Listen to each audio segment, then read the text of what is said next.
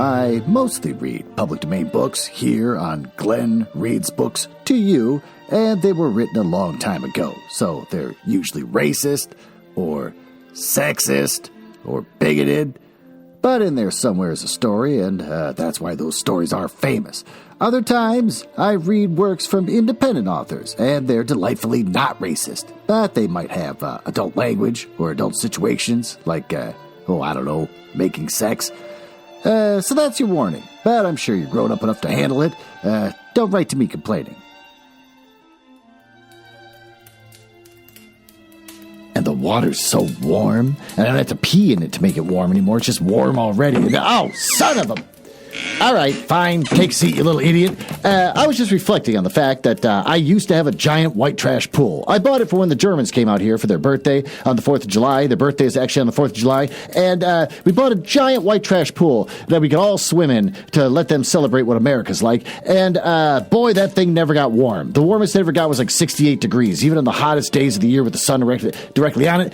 So now that thing got holes in it, and we got a small little tiny glorified kiddie pool. It's like 3 feet tall and 10 feet wide, and it's so good. The water is so warm. I don't have to pee in it. Welcome to the Glenn Reads Gothic Horror to You mansion. It's a fun little bit where I tend to live in a mansion and not just recording in my basement. This is where I read the hottest public domain books and short stories that are gothic. That's my new theme now. This week, we're going to continue to read Ringstones by Sarban. Want to learn a little bit about the author? I hope so. I stole this from Wikipedia. The author, Sarban, is actually John William Wall. He's born the 6th of November, 1910, and died the 11th of April, 1989. John William Wall, whose pen name was Sarban, was a British writer and diplomat. Wall's diplomatic career lasted more than 30 years, but his writing career as Sarban was brief and not prolific. Ending during the early 1950s, Sarban described in the Encyclopedia of Fantasy as a subtle, literate teller of tales, conscious of the darker and less acceptable implications that underlie much popular literature. Wall cited the supernatural fiction of Arthur Machen, and Walter de la Mare as influences in his work. You want to here's some fun facts I stole. 10 things you probably didn't know about Gothic literature from JaminaMontreux.wixsite.com. 1. A common thread shared by some noted authors of early Gothic literature is their youthfulness. Mary Shelley, the mastermind behind Frankenstein, I know it's Stein. Sorry, I grew up watching Young Frankenstein, so it's whatever. It was just 21 when her book was published. John Keats was 24 when his Gothic fiction-infused piece, The Eve of St. Agnes, was first inked, and it was a 17-year-old Percy Bysshe Shelley who created the infamous demon Zastrozzi, the main character of his novel by the same name, published in 1810. Number 2, the first issue of The Portrait of Dorian Gray, circa 1891, was sold for $13,000, though Heritage Auction Galleries in October of 2008. The copy was printed on paper that was larger in size than the trade edition, according to its rarity. We're still going? Christ, grandfather clock's supposed to go off to tell me to shut up. Number 3, in early Gothic literature, like so many other literary genres of the time, many women used male pseudonyms to better position their work for publication. A perfect example of this is the Bronte sisters, Charlotte, Jane Eyre, and Emily, Wuthering Heights. Both women, along with their sister Anne, used their last name Bell and a male first name with their early writings. Well, thank God for the grandfather clock. Why don't we go down to the library where we can read this book?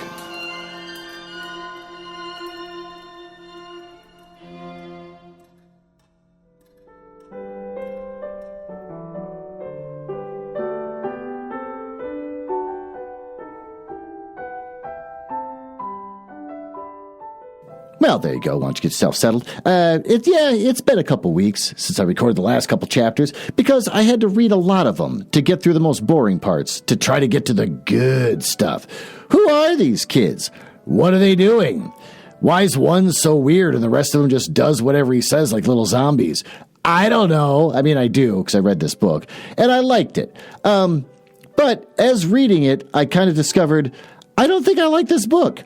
And I was on Reddit, and somebody was talking about how they read a book and how they really liked it the first time around, but then they go back to reread it, and they're like, why the fuck did I like this book?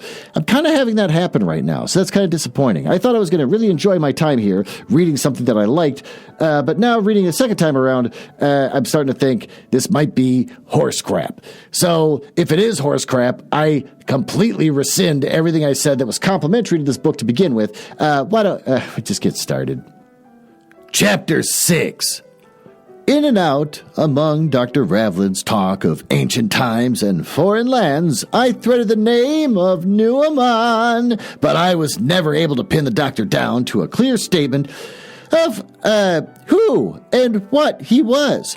Really, I suppose, I did not persist. The mere name of his country would probably have not conveyed much to me. It certainly could not have added to my delight in that mingling of gaiety and gravity, wisdom and mischief, in those astonishing gifts of physical beauty and agility for which I had begun to love Nuaman. How his qualities seemed to have as little to do with the map as they did with the calendar. Just as he could behave like a child one minute and like a mature man the next. Oh, God, this angle. They never drop this angle of sexy boys. What is he, 15? So by turns, I could fancy him as native English and myself or a prince from some fairy tale country beyond the seas. Yeah, Dr. Ravlin smiled at this. These labels of age and place. Oh, God. I didn't know this book was so bad. I said this in the last episode. I am so sorry this is turning out to be like a weird pedophile book. I don't remember it being this. I guess I just glossed over this and enjoyed the rest of it. They only stick when they grow old. And yet, children are really the ancients among us. Oh my God, this is like a pedophile book.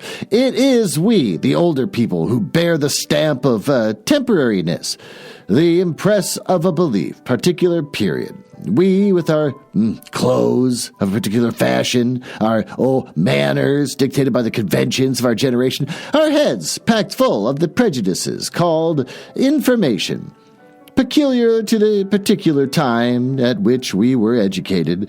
We are like a bit of complicated modern machinery, a motor car or a wireless set. Oh, we are the latest thing this year. Next year sees one little part modified and our model becomes obsolete. Children are near to the essence of life. Oh, God. They are in specialized humanity. Which of us do you think Nuaman or I would feel sooner at home if we were tomorrow by some freak of time to walk into a gathering of the ancient inhabitants of this valley? It is obvious enough the complex is ephemeral, fuck off. And at this okay, we're looking it up. I know what it means, I just don't know how to pronounce it. Ephemeral. There we go. I said it. Lasting for a very short time. Ephemeral. And at the mercy of this last disturbance. Oh, the simple is, broadly speaking, immutable and infused with the quality of duration. What you discern in Nuaman are the qualities of youth and of the heart, whose qualities move us with the same feeling as does the spectacle of great antiquity. No, as would immortality itself, we can see it embodied. Youth is an attribute of the gods. Oh, here we go. We're coming back to it's okay to have sex with kids. And gleam of Godhead shines in every youthful face. Here we go. You are not so old, Miss Hazel, but that you may confirm that in your own glass. I looked at my glass, and I saw two blue eyes, moderately bright, and a pair of cheeks, a good deal browner than they had ever been before. I looked in the long mirror in the bathroom and saw a figure that caused me no qualms about its fitness. But that did not explain Nuaman, nor could or would Nuaman explain himself. Well, he was too restless for me to ever keep up a conversation for more than a minute or two at a time, and even then, his talk, like his actions, was darting, dancing, bewildering. He wanted speed and spring and wild exertion in everything he did. Neither his cousins nor I could ever go fast enough or keep up in a game long enough for him. Sometimes when I refused to move anymore and he reluctantly granted his cousins a respite, he would make Sarkisian bring out a fierce little pony and he would just ride it barebacked at a fierce gallop around the circular grass drive of the park. A tiny little pony? Why are you making it run hard? It's just like a tiny little cute thing. He did not even use a halter, and the pony's mane was clipped too short for him to grip. But though it bucked and reared and shied, nothing could unseat Nuamon once he had gripped it with his bare legs. Once, when we were on the hillside, a big ram jumped up, startled, out of the hollow. Nuamon sprang after it, caught it, and mounted it. The ram, being half wild, went mad and bolted down after the steep slope, dearly bent on suicide. I shrieked helplessly after Nuamon, and then an instant before they reached the rocks, where they would both have broken their necks, he rolled off, and the ram, with a swerving bound, missed the precipice and fled along the hill above. It is impossible to scold or control Nuamon. I did not even try. Telling him to be careful would have been as pointless as telling a monkey, not to fall out of a tree. In his most daring feats, he knew exactly what he was doing. It was obvious, too, that he knew his cousins' abilities as accurately as he knew his own. He extracted from them every last ounce of energy in every game we played, but never forced them or dared them to do anything that was beyond them. I teased him about his command over them. I called him their lord and master, the king of Ringstones, and the slave driver. He laughed, and they went on slavishly obeying him, and so, for that matter, did I. We had thrown ourselves down one day on the shade of a chestnut tree, and I asked him questions about his country and his people, more for the sake of keeping him still for a few minutes than out of real curiosity, but he would not be serious. This is my country. Ringstones is my country, he said on his back, and he laughed. Well then, I said, what's your other name? Then he did become more serious for a moment, grave, or pretended to be grave. We never tell our real names, he said solemnly. People say a man must never say his real name out loud, because if he did, they might hear, and then they would have that power over him. His eyes were twinkling again as he said that. They? Who do you mean by they? Oh, you know, he shrugged his shoulders, and then laughed so much he set Marvin and Ianthe giggling and squirming on the grass, half hysterical at the mysterious joke. But what about Nuamon? I persisted. That's your real name, isn't it? Oh, the two girls rolled about and gurgled and choked and snorted with laughter until Nuamon, laughing so much himself that he could hardly speak, threw green horse chestnuts at them, and finally half-quieted them with a slap before they wriggled out of reach. Aren't they a badly behaved pair, he said, screwing up his face to stop his own laughter. I looked at the pair, kneeling on the grass, stuffing their fists in their mouths and still heaving with their fit to the giggles. Well, you started them off, I said, wondering on what on earth he was all talking about. I started them off, he cried. Right? I'll stop them. Quick as eels, they eluded his spring and dodged in different directions behind the trees. He caught Marvin by the frock in a twinkling, and I rushed to defend her, or her frock, and so that the attempt at a conversation, too, ended in a wild game of catch as catch can. Nuamon rarely spent more than half his day with me, though as his days sometimes began at dawn and ended in the small hours, what I thought was a half is probably near a fifth. He would sometimes yawn lazily, like a cat, when I found him curled up somewhere in the morning sunlight, and I confess that he had been out all night.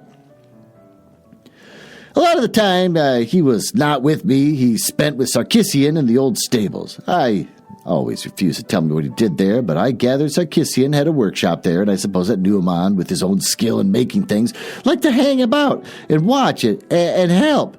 Sarkisian was as much as his slave as anybody. I asked Dr. Ravlin one evening, the old stables, he repeated. Well, you may call them old. They cover, in fact, the site of the priory. The old Squire John pulled the ruins down and used the stone to build his house. But a good deal of the original foundations remain there. I have traced the cloister. But what interests me more is that there are distinct indications that the priory itself was built on the foundations of a much earlier edifice. Without doing far more work than I am able to undertake it is impossible to establish the matter beyond doubt, but I have the strongest suspicions that some work, which may be Roman, but I think much older, lies under the masonry there. One day I must take you and show you what I base my beliefs on. It's highly interesting. Felt no doubt it was, but I hardly thought that this was what interested Nuamon. Dr. Ravlin forgot to take me, and Nuamon clearly did not want to go, so I never went inside the great old gates of the stable yard. Then, unexpectedly, I saw one of the products of the workshop. The children had gobbled their lunch and run out to the park. I sat drinking a cup of tea and gossiping with Miss Sarkisian for, I don't know, half an hour or so, and then I strolled out after them.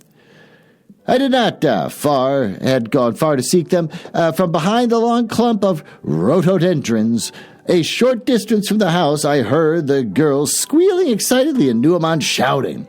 Mingled with their voices with the most extraordinary moaning sound, like a calf with his voice breaking. I ran around the end of the clump and stopped dead. Bent double, frisking about the open place, emitting all the time those unearthly whoops, was a fair-haired girl about my own age. Her only garment seemed to be a brown boiler suit, and that several sizes too small for her. The straps were strained across her bare back, and from the stern view, which was my first, it looked as if a seam might split disastrously at any moment. The tear open and show that fat ass. To the stern was pinned a length of old rope, with the end frayed out to represent a tail, and as the girl swung around, her head appeared decorated with a pair of fearsome, spreading cow's horns. She is playing the part of a pantomime cow gone mad and putting terrific zest into the performance. And there, dancing around her, was Nuamon, in his white bathing slips. What the hell's that? And the two girls with their little brightly patterned trunks and halters. In another second, I made mental apologies to the quote-unquote cow. The game was a bullfight, an extraordinary one at that. The bull charged straight at Nuamon with lowered horns and every appearance of intending to go straight through him. But he, instead of skipping out of the way like a matador, launched himself with outstretched arms and a remarkable dog-like leap, clean over the oncoming quote-unquote bull's, unquote, apostrophe S, head. Then, as he skimmed over, my heart missed a beat. For the quote-unquote bull viciously swung up its horns, missing its unprotected stomach by a matter of inches. I shouted out, but the game was going too fast. Nuamon landed and sprung away. The quote-unquote bull turned and charged again, and this time it was Marvin who sailed over the top, slashing horns. Nuamon, I yelled. The game stopped, and the children came rushing up to me, while the older girl slowly straightened up and turned to stare at me with a pair of bright blue eyes and a broad, placid face that was very cow-like indeed. This is Katia, said Nuamon, pulling me forward and taking us both by the hand. I had forgotten all about Katia. No one had breathed a word about her having come back. Nuamon pulled us down to sit on a little mound, one on each side of him. Katia undid the horned apparatus from her head. Her hair was short and bleached-looking, lighter than her sun-browned skin. She was robust, strong-looking girl. Katia, I said across Nuamon, who leaned back on his elbows, grinning away. And where have you sprung from? Please, she asked blankly in the most un-English of accents. I mean, where do you come from? I said more slowly. She put her hands on her round thighs, and I leaned forward, gazing at me. She leaned forward, gazing at me earnestly and sadly. I am day pay, she said. Day pay? I said. Do you mean come by day? She seemed to consider how to explain it. You say Dippy, she announced. Dippy? I exclaimed, and I began to edge away. What on earth? And she turned her head and contemplated the park for a bit, and then with a sigh and a shrug, as if admitting the worst, I am a displeased parson, she said. They say you have humor. Them, I thought, and it was on the tip of my tongue to reply that I was the Pope of Rome and not amused, and light dawned. In some 10 minutes of questioning at the wildest cross purposes, I discovered, or thought I did, that she was a Pole, who had suffered from some complicated displacements since the war. We might have got further, but I heard Miss Sarkissian's voice calling from beyond the shrubs. Katya exclaiming, "Oh my God!" jumped up and fled with chewed-looking tail still swinging behind her. Nuaman looked at me and then flung himself on his back and hooted with laughter. I picked up the horned headgear. It was well contrived, with the horns fixed on two thin, curved metal bands and a strap to go under the chin and another around the back of the head. The tips of the horns were quite sharp. I looked down at the soft skin of Nuaman's naked tummy, and I shuddered. I should have a word in private with Katya about this game, I decided. "Where on earth did you pick up such a dangerous game as this?" I asked. Well, he took the horns from me. "Oh, it's just no game, that. It's only dangerous with a real bull. But doesn't Katya make a wonderful bull?" The memory of her antics convulsed him. I looked around his cousins and they had disappeared. "I say," he exclaimed, suddenly sitting up, "isn't it good, eh? Now you and Katya are both here." "Oh, is it? Why?" "Well, I like you both." I asked him where Marvan and Ianthe were. "Well, they got up to the pool to bathe. Then they're going to wrestle. We shall watch them wrestling if you care, but perhaps you don't care for wrestling?"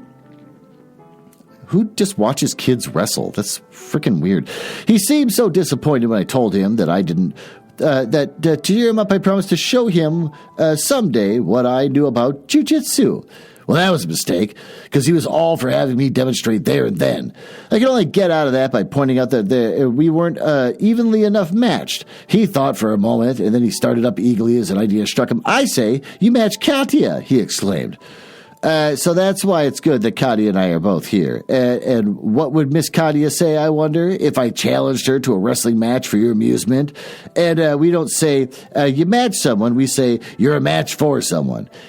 Yes, but there's another match, isn't there? I mean, you and Katya are both the same height, nearly the same weight. You have fair hair and blue eyes, and so she has too. And when you have been here a little bit longer, your skin will be the same color as hers. Isn't that right? What the hell does that mean? What? Okay, what, suntanned? I don't know. Well, I said, I suppose the fact is right. You can say that if you're a pair of horses, but you can't say one person matches another, even displeased persons. Anyway, match or no match, my friend, you are not going to match me against Katya at wrestling. So there. He grinned. At running, then? Nuaman, I said, I do believe your spiritual home is the arena. That, too, was ill-considered, because he promptly wanted to know what an arena was. I thought you wanted to go and watch your cousins wrestle, I said. Oh, never mind them, he cried. Sit down and tell me. So I had to sit again and rack my brains to recollect all I had ever read about Roman games and gladiators. And while he sat clasping his knees on his arms and resting his cheek on them, listening intently. Well, that seems like a good enough place as any to take a break. And why don't we go down to the basement and learn about the latest upcoming books from Penguin Random House. I will see you in the basement. Stop whining about it. It's not weird.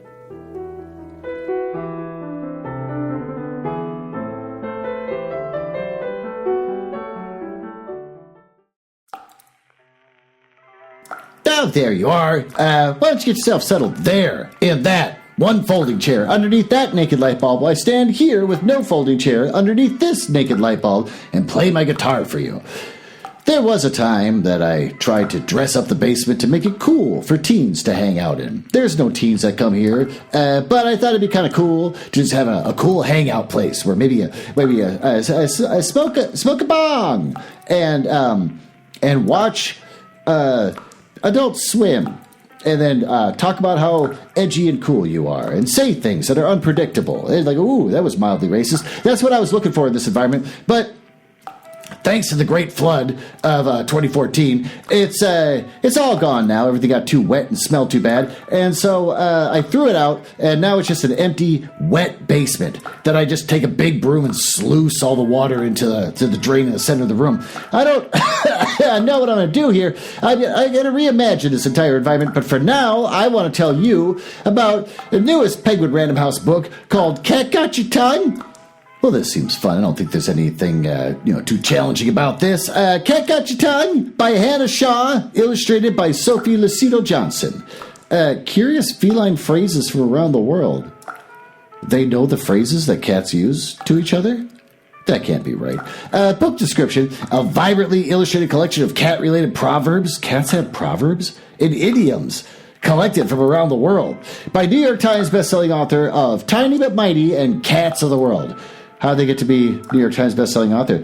It's just because they picked a category called, like, funny cats or something that doesn't exist for any other book in the world. Beloved by millions online is The Kitten Lady.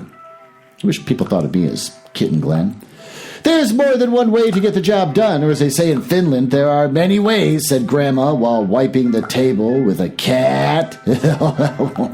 In this charming, gift-worthy collection, renowned kitten rescuer, humane educator, and author Hannah Shaw shares 60 feline-focused phrases gathered during her worldwide travels as an animal advocate. Perfect for cat lovers, language nerds, and avid travelers. Cat Got Your Tongue presents each saying in its native language along with an English translation. This is amazing. They're glossing over the fact that they figured out how to decipher cat speech and find out that they not only have a way of talking to each other, but an entire culture involving proverbs and other idioms. And they're just glossing over it for like a coffee table book that you could buy for a friend. This is a major breakthrough in language with species across the earth. It doesn't have to stop with cats. We can finally find out what eels have to say to each other. A simple explanation of its meaning and use in a delightful illustration, New Yorker cartoonist Sophie Lucido Johnson. For example, in Portuguese, oh God, quam na tem cow caca com gato, or the one who has no dog hunts with a cat. That's what cats say to each other? Like, we suck at hunting, so no one wants us, they want dogs? Okay, in parentheses, we must make do with the resources we have. Cats don't like themselves? That's weird. I mean, they're getting this... Okay, Yiddish. Vern soll fun der blindschik und die Kat soll dich kappen. Or, you may turn into a blintz and be snatched by a cat. This is what cats say to each other? God forbid you get turned to a blintz and become something that all of us enjoy. In parentheses, a curse expressing ill will.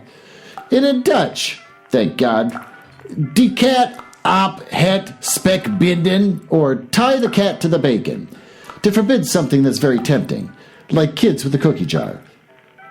Cat culture is weird. They really don't like themselves.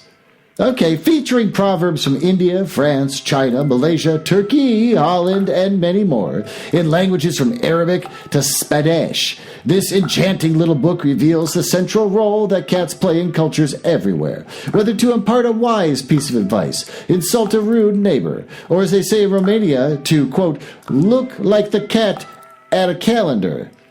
Look like the cat at a... Okay, to appear very confused. Okay, well, anyways... Cat Got Your Tongue. Curious feline phrases from around the world. Apparently they figured out how to decipher what cats talk about, and it turns out cats are very self-effacing and have a lot of phrases that are kind of insulting to their own creed? Breed? I don't know. By Hannah Shaw, illustrated by Sophie Lucido Johnson. It's hardcover for $16, published on July 1st, so it's already out there. In 128 pages. You get it from Amazon, Barnes & Noble, Books A Million, Bookshop, The Royal House of Booksellers, Powell's, Target, and...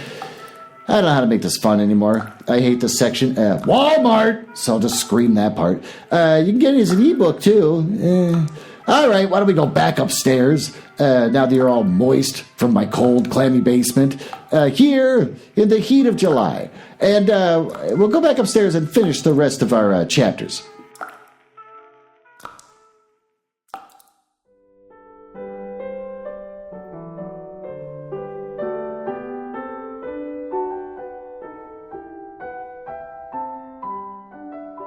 Well, there you go. Why don't you get yourself settled? Stop. It's fine. Why are you crying? The basement is not weird. It's fine. It's just another room. The whole point of the show is you go from room to room and you do things. That's what I do in my show. All right, fine. Let's just get into it. Chapter 7. Oh, he had his way. Katya and I did race before she had been back at Ringstones long. She seemed to be even more at his beck and call than his two cousins. Heaven knows how she and he understood each other. They talked in what they no doubt thought was English, but it might as well have been Russian for the little I understood of it. There's no period, but the capital, when I tried to talk to her, I always had the feeling that both of us were capering on the giddy verge of lunacy. And yet we got on. Oh, she was as amateurish as a maid as I was a governess, and she had dealt with the housework, or as much of it as Mrs. Sarkassian could trust her with, in the same unpredictable fashion as she dealt with the English language. Oh, by afternoon, she had always managed to get herself dismissed from the house, and once outside the door, she'd kick off her shoes, and flee from domestic slavery to fling herself into a slavery far more abject at Nuaman's feet. Why do I like this book? She called him No Man, and in his absence, usually Sir No Man, we raced around the park. Katia was strong, and I fancy she must have run a pretty wild career in whatever Polish forest she'd been allowed to grow up in. She ran barefoot, and I lent her my second pair of shorts, which for all Nuaman's saying, we, quote, matched, unquote. She distended rather more than I'd hoped to. First, we raced with Nuaman, and he beat us both, and then he would have Katya and me race each other, and I was for refusing, but Katya pulled me up from the grass where I'd stretched myself to get my wind. At that moment, I almost wrestled with her without the formality of a challenge. Oh, there was no escape. One way or the other, Nuaman would have his way, exclamation point. So we ran, and Nuaman sloped along behind us as if driving us on, and I won by about a yard. Now that there were four of us, Nuaman's ingenuity in finding things to keep us on the go surpassed all previous flights. My contribution was everything I had learned at Towerton, but it still wasn't enough. I was the only one who did not let him have things entirely his own way, for instead, I stopped the bullfighting game, but not by telling Katya she was not to play. I tried that and found it was hopeless. She had to if Nuaman said so. She kept insisting, hang what Nuaman says. I cried in desperation. You're not to. He must me, she howled in desperate effort to convince me. So I asked Nuaman bluntly to stop it, and he agreed at once. Oh, he always did when he saw that I had made up my mind firmly about something. Perhaps my mind didn't always stay made up. But I did stick to that. I would not allow the bullfighting, and I would not wrestle. I still tried to keep together some shreds of pretense of teaching the children English, and fortunately Nuaman's frequent absences gave me a chance to make some progress with the girls. Their English, as I suspected, is not all bad. It was simply that when they were with Nuaman, or even with each other, they're afraid of making mistakes and being laughed at. If I got one of them by herself, she'd talk more. One morning, Nuaman was nowhere to be found. He had been busy for a few days in the old stables, and I was wondering what new device he was going to bring forth. I wandered around the park, looking for the girls, and found Marvin. All right, sitting alone beside the beck, making rosettes out of a pith of rushes. Where's Ianthe? I asked. She had said that she thought she must have gone with quote-unquote him, meaning Nuaman, in parentheses. I sat down beside her and began to talk. Now she listened with her dark head bent, occasionally shooting a sidelong smiling glance at me. Soon I was asking her about her home and her peoples. His people, she asked and hesitated. Oh, he has lots of people, she said. And then casually, you'll see. Why? I said, very surprised. Are they coming here? She shrugged her shoulders. Of course, they live here, really, but they're just away now. I wish they would come soon. Do you mean they're coming to live here? With Dr. Ravlin? She nodded, busy with her little rosette. I shall be glad when they come back, she went on. Oh, it's happier when they're here. Many people, it's not so hard. I do not have to think about what to say and do. You mean you won't have to talk English when you don't want to? It sounds like a question, but there's an exclamation point at the end. But tell me, who's coming? Your parents? "Oh, all of them, I expect," she said. I had a vision of a numerous family of foreign fathers and mothers. Ugh. Uncles, aunts, cousins, descending on Dr. Ravlin, and I was puzzled. The house was big enough, but it hardly seemed the sort of thing he would want. However, before I could get anything more explicit out of Marvin, Newman himself came through the trees and across to us. "Hello," he said. That's Hallo. "Marvin tells me that you're expecting your people to come soon. I hadn't heard about that." Well, he frowned slightly, as if he hadn't quite grasped what I meant. Then he said something in their own language to Marvin. She looked up with a startled, almost guilty air, and was obviously about to reply when he spoke again, more sharply. And she bent her head very close to her handwork, hiding her face. Newman stretched himself on the grass at my feet. Oh, he plucked a blade and chewed it, looking at me meanwhile in a comical way. "Oh, they'll say anything, those two," he remarked. "Yeah, oh, they tell awful fibs, don't you?" Marvin nodded her head petulantly without looking up. "Oh, well," I said, "perhaps she only wishes they would come. After all, it's perhaps a long time since you've seen your people." He yawned widely. "I say," he said, "do you know I've only just had my breakfast?" Mm-hmm. It was nearly lunchtime, and I got up. We all walked back to the house together. Katya loved swimming. She waylaid me in the hall as we went in, and while the children ran upstairs, she proposed a trip to the pool in the afternoon. I said, we could all go. Newman didn't want any lunch. The girls were late coming down for theirs, but they never ate very much at midday. That day, I remember, they were a shorter time than ever over their lunch. Marvin fidgeted and sulked, and Ianthe giggled and teased her. And as soon as I mentioned the swimming, the pair of them flew off to be at the pool before us. Later, while I was waiting until Katya was ready, I went in search of Newman, and I ran him to earth in his room. He was curled up in bed, fast asleep. I suppose he had been roaming about most of the night. He did not stir, but he opened his eyes and wide awake before I reached his bedside. Come on, I said. We're all going swimming. He stretched his arms and legs out stiffly, just like an animal. Like an animal. And he smiled and shook his head, quite obviously enjoying his nap. Too much to stir. I couldn't budge him. Oh, well, I said, I dare say we can do without you. We shall have more peace. I can teach Marvin and Ianthe the crawl. He suddenly sat bolt right and smacked on his forehead with his palm, a trick he copied with exaggeration from Katya. "I'd forgotten that," he exclaimed. Forgotten what? I chuckled softly and thought for a moment, then snuggled down again. It doesn't matter," he said. "Remember, they tell awful fibs. Fibs!" He grinned and shut his eyes tight and pretended to be so fast asleep that I left him. Katya was waiting for me on the terrace. She conveyed with several wild linguistic lunges that we should not be late back for tea. Newman wanted her for something. Why? I demanded. Must you always obey Newman so abjectly? When I had gotten into this form of words that she more or less understood, she made her blue eyes round and serious. Because if not, he weep, she declared. I derided the idea. Weep? Newman? Weep? What nonsense.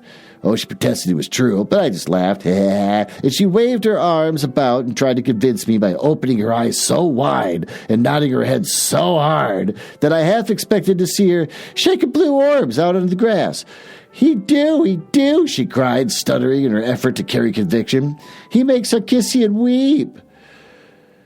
Well, the thought of the surly, blue-chinned Armenian shedding tears for Newman's waywardness was too funny for words, but heaven knows what fantastic notions existed in the impenetrable jungle of Katya's mind.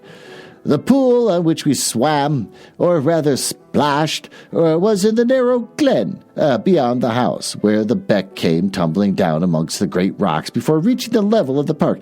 At one point, the water flowed over a great flat greenish rock and then spouted sheer down 15 or 20 feet to the foam of the natural basin beneath. But from there it poured into a deep scooped hollow on which side there was a sheer brown crag and the other lip of a lovely soft green turf. Oh, the side of the glen behind this bank of turf was hollowed out, and the hollow screened by a thicket of birches, making a little arbor, which I used for a dressing room. The high, steep sides of the glen sheltered the place completely from the wind, unless it was due north. On a summer afternoon, such as we were then having, this is the worst paragraph I've ever read in my entire life, the sun blazed down, heating turf on the rock until one could lie and bask there as people do on a Mediterranean beach.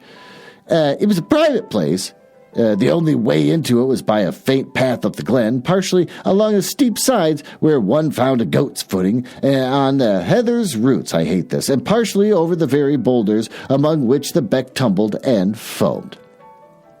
I thought we were past the boring parts in this story. As we scrambled up and came out of the strip of turf, I heard from the squealing and laughing that was going on that Marvin and Anthony were already in the pool. Then I saw their naked, glistening bodies twisting and turning and shining brown in the clear amber waters as quick as otters or seals. Claudia flung down her towel and stripped off her clothes in a trice. And then she saw me deliberately unrolling my costume from my towel. She cried, "Bad pants! Niet! No man shall come here, but no man!" Having put on my costume, I loitered on the grass before diving. It was on this strip of turf, I suppose, that Nuaman used to come and watch his cousins wrestle after their bath, supple and shining as they climbed from the pool. They might have been little models of those ancient athletes Dr. Ravlin had fancied contending on such springy turf, or models, at any rate, of Diana's maidens at Penthilesias. Don't care, moving on. And, indeed, their clothes, the only sign of the century, being off. There was nothing there in that place of rocks and water, turf and trees, all the same as when the world began, to prove that the fancy was only a fancy. Katya's bleached locks had appeared above the surface, and I curled my toes around the soft edge and smiled at the girls as they stood shaking the water from their hair. Ianthe turned away to go and stretch herself out in the sun, but as I drew my breath for the plunge, I saw Maravan suddenly stiffen and gaze intently up at something on the high hillside. I followed her gaze. I followed it, and the sun was in my eyes, but I thought I caught sight of something slipping through the bracken high up. It wasn't a sheep, because it looked like a lightish brown, and it looked smooth. Dog? Perhaps a fox? I wondered. Had Maravan and Ianthe not both been down in the glen that I might have thought I could have been one of them? Oh, it might have even been Nuaman slipping along to surprise us. But I saw it for only a second. I looked at Maravan, and she dropped her eyes and turned away. Oh, she had sulked ever since Nuaman spoke to her before lunch, and now she marched away with her hands clasped over her round little behind, and tossed her hair as if she was offended. I have clearly forgotten all the weird sexuality of these teens in this story. I thought this was a good book. So far, I'm really not liking it. Never read something twice, because it ruins it. When I came up from my plunge, I looked round for Maravan, and she and Ianthe were already way up the hillside, making for a broad, flat rock about halfway up, where we sometimes climbed to sit in the full beat of the sun. Katya was still hanging onto the bank, looking after the girls, and I sent a fountain of water over to her and round to me, and we splashed each other fiercely for a few seconds. Poor Katya still had my scornful skepticism about Nuaman's tears on her mind. Oh, I tell, he do weep, she gasped, and then we both had a little breath again. Urchta? I replied, Well, I don't know what that word means, and I'm not going to look it up. She struggled for words I took to mean advantage, adductor. Well, with that, why don't we go down to the smoking room and try to suss out what we just read.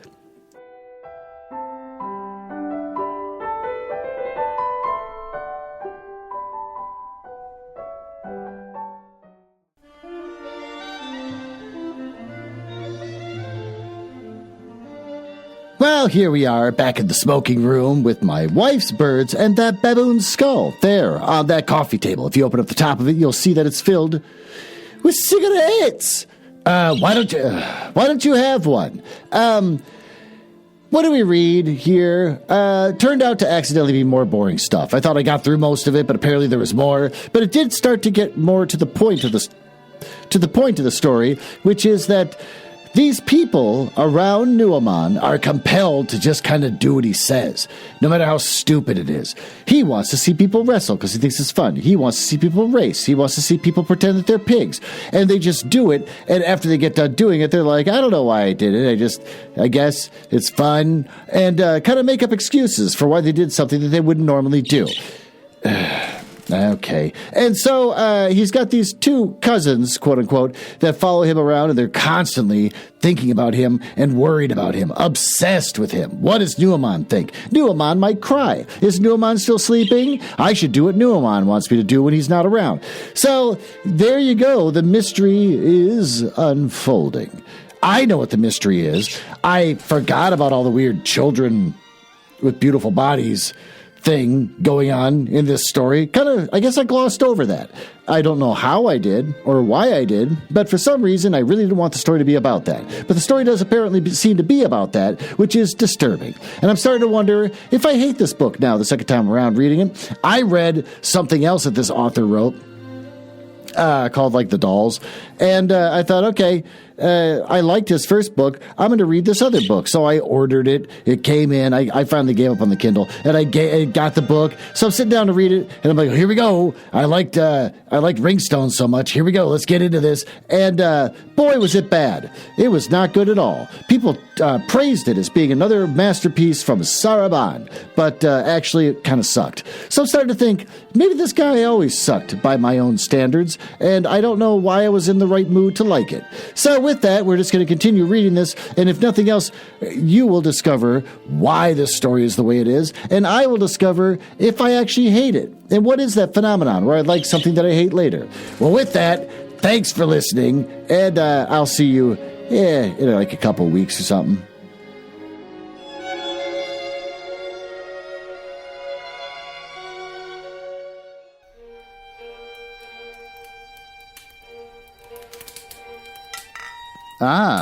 Well, it appears you found me in the part of the podcast I hate the most, where I tell you all about the places on the internet where you can find me.